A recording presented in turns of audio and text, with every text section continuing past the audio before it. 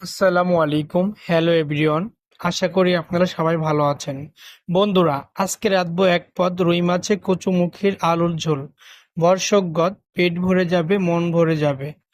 এই রেসিপি দেখে কেউ আর থামবে না ভেবে প্রথমে মাছটা ধুয়ে নিলাম, নুন হলুদ মাখলাম, হালকা করে কড়াইতে ভেজে নিলাম, স্বাদে যেন না কমতে থাকে। এবার কচুরমুখী আলু কেটে রাখলাম, পানি দিয়ে ধুয়ে দিলাম, ঝোলটা যেন স্বপ্নে। কড়াইতে তেল দিলাম একটুখানি, তেজপাতা, শুকনো মরিচ আর জিরা একটুখানি, পেঁয়াজ কুচি দিলাম হালকা ব্রাউন করে, রসুন বাটা, আদা বাটা, জিরা বাটা দিলাম ঠিক তরে, হলুদ মরিচ ধনে গুঁড়ো সব মশলা মেশালাম, টমেটো একটু দিয়ে ভালোভাবে কষালাম। এবার আলু আর কচুমুখী কড়াইতে দিয়ে দিলাম, লবণ স্বাদ মতো, একটু পানি দিয়ে ঢেকে দিলাম। নরম হলে এই মাছটা তুললাম, এবার 5 মিনিট ঢেকে দিয়ে ঘি ছেড়ে দিলাম, সব গন্ধে মনটা জুড়ে যায়। তখন বুঝিনি রেসিপি সফল পুরে পরিবেশন করে গরম ভাতে, এই পদে মন ভরে তৃপ্তির রাতে। রুই মাছে কচুরমুখী আলুর এই ঝোল